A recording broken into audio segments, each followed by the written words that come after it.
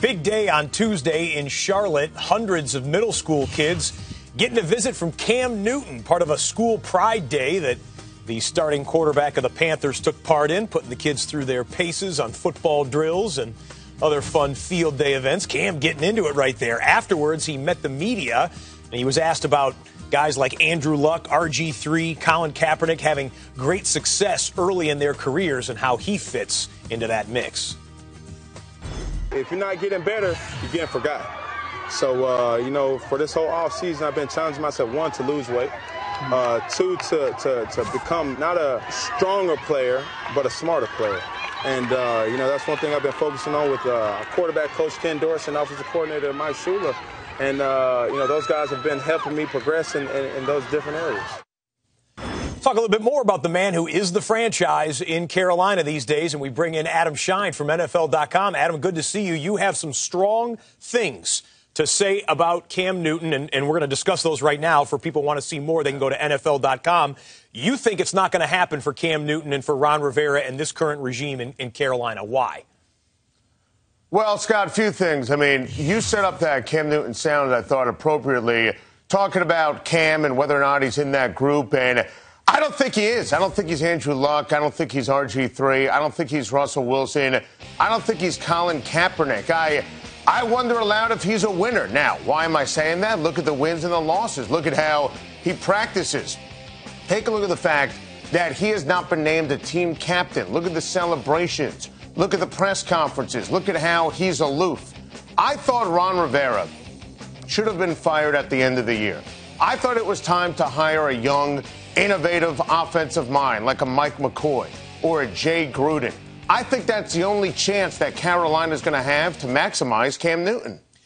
Okay, so you're not closing the book necessarily on Cam, if I'm hearing you correctly. What do you think he needs to do to improve, to get to that playoff level? Tough division there with a lot of people making good moves, and obviously the Atlanta Falcons sitting in the NFC South, who had the best record in the NFC in the regular season this past year. What does he need to do to improve? What does the coaching staff need to do to set him up for success?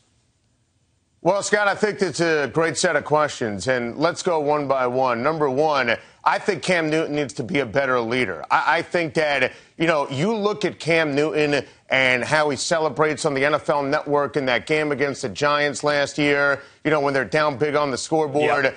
Enough. The suggestion box in the press conference, enough. Sometimes I think it's okay for young quarterbacks when they're trying to master the fifth quarter of being a quarterback to ask themselves, what would Peyton Manning do? What would Tom Brady do? What would even some of these other young quarterbacks like an RG3 and Andrew Luck do? Now, you look at the Panthers. I don't think they're any good. I think Marty Herney, the ex-general manager, is part of the problem here. Some botched drafts, bad contracts. You referenced the division.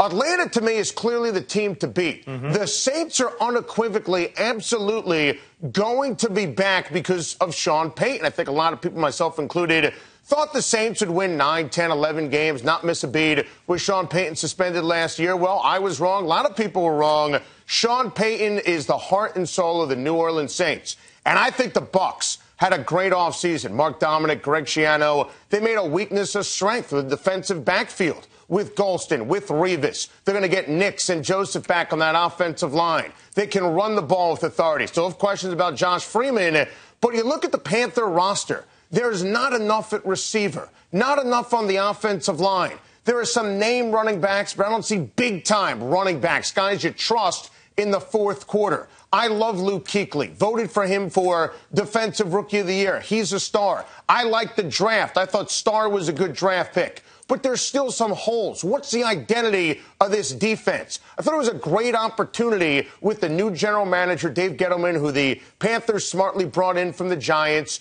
to start fresh. Look, I'm not convinced Cam Newton's ever going to get it. But I think if you're going to give him the best opportunity, at the end of the day, you needed to make a change with the head coach and the direction for the Carolina Panthers. We can both agree the urgency is about as high as it gets, with three of those teams in the division having finished 7-9, and someone's going to step up, someone's going to step back. For more on Adam Schein's take there on the Carolina Panthers and Cam Newton, go to NFL.com. And, Adam, you'll take a peek, I'm sure, at the comments section later on here today. Thanks, Adam. Always do. Thanks, Scott.